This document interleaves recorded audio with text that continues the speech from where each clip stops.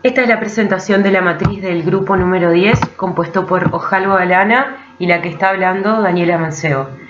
Nosotras vamos a hacer el análisis del Museo de San Telmo y nuestras compañeras, el grupo número 9 de Gareis Heidi y Keiner Nedirina, van a hacer el Museo de Arte de Río. El Museo de San Telmo se encuentra en San Sebastián, España. Se erige en el pie del Monte Urgul y está en las cercanías del Golfo de Vizcaya.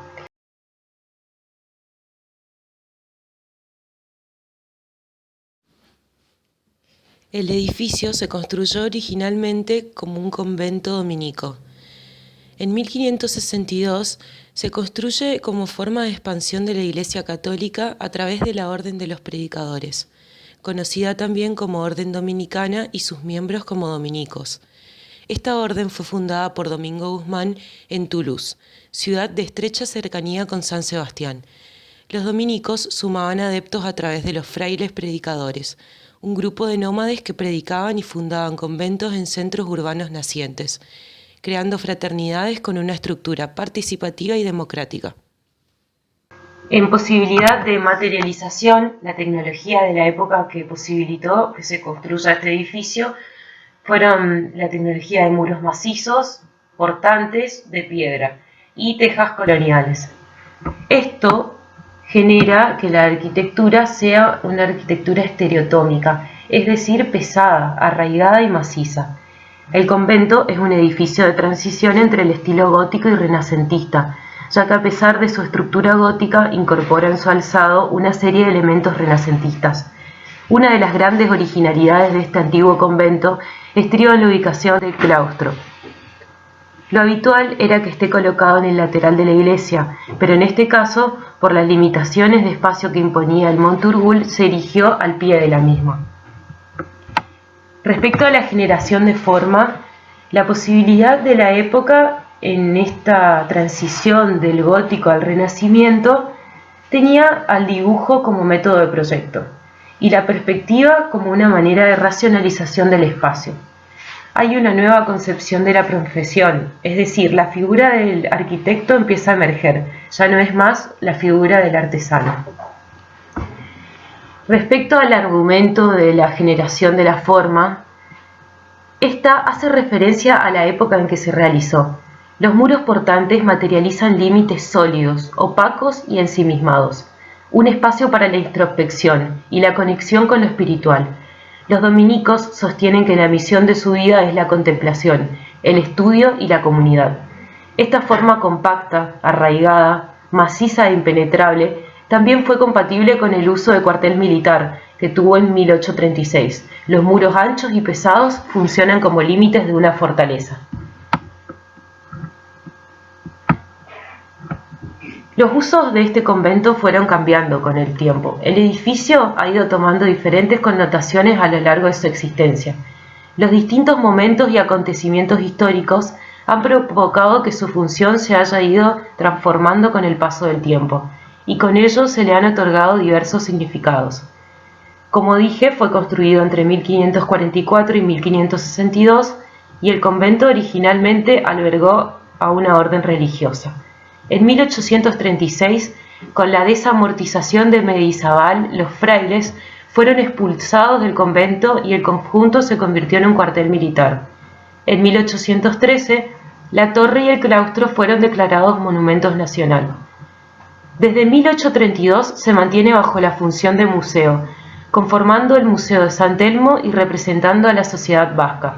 San Telmo se presenta como un museo y al mismo tiempo un espacio para la divulgación del conocimiento y para la creación de pensamiento.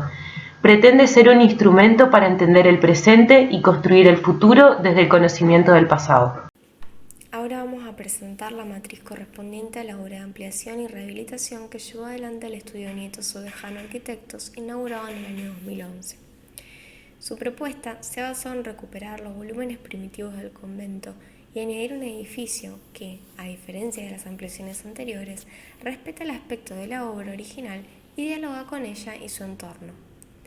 La rehabilitación del edificio del siglo XVI se complementa con una serie de conexiones puntuales con el edificio nuevo sin alterar los volúmenes recuperados. Si pensamos en las posibilitantes que han permitido la generación de la forma de la obra de Nito Sovejano, tenemos que hablar de las herramientas digitales que se utilizan en el siglo XXI. La llegada de las metodologías de diseño asistido o de los modelos de información sin duda han transformado el modo de proyectar arquitectura. Las posibilidades materiales, en particular la exploración en los usos y formas del metal, han permitido el desarrollo de las dobles envolventes, dobles fachadas, livianas, translúcidas y la conformación de diversos tipos de filtros.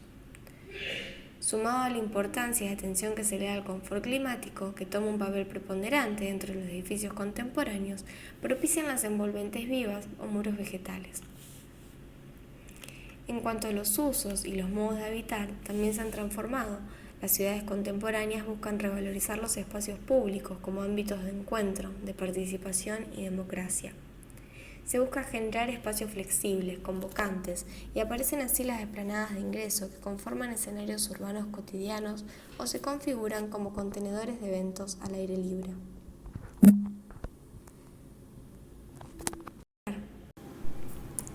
La obra de Nito Sovejano, como ya mencionamos, se basa en una doble acción, la rehabilitación y la ampliación. Estas dos acciones no compiten, sino que logran un diálogo formal entre las dos partes. Se respetan las alturas del edificio original y la ampliación conforma un zócalo que contiene al Monturgul, delimitándolo y formando parte del entorno natural. En su materialización, volumen y paisaje se entremezclan. El nuevo edificio compone un cuerpo estereotómico, de hormigón armado, de volúmenes macizos, que se ocultan tras su envolvente metálica vegetal y que a su vez cualifica los interiores generando diversos filtros y espacios tectónicos. Los edificios organizan las exposiciones. En la obra original se alojan las exposiciones permanentes y en la ampliación las exposiciones temporales. Estos se encuentran conectados no solo por su gran explanada de acceso, sino también por una serie de conexiones puntuales y espacios de transición entre ambas construcciones. Por último, el argumento de la obra y su valor. Delimitar y conectar han sido dos de las premisas fundamentales de este proyecto, sumadas a recuperar, rehabilitar y relacionar. Entendemos que las innovaciones tecnológicas influyen en la generación de la forma. La estructura independiente genera espacios más flexibles. Las envolventes transforman los espacios interiores en juegos de luces y sombras. El nuevo proyecto toma una postura integracionista con el edificio patrimonial, busca un sentido de unidad y conjunto entre edificio patrimonial, ampliación, entorno, que logra resignificar el sitio en el contexto de la ciudad. Su materialidad, placas perforadas de aluminio fundido reciclado y su manto vegetal expresan una envolvente dinámica y orgánica que permite su mímesis en el entorno. Para terminar, la cultura que toma valor en un mundo diverso y global posibilita que un edificio que se erigió como un convento se refuncionalice como museo y represente no solo el arte y la cultura, sino la historia de toda una sociedad.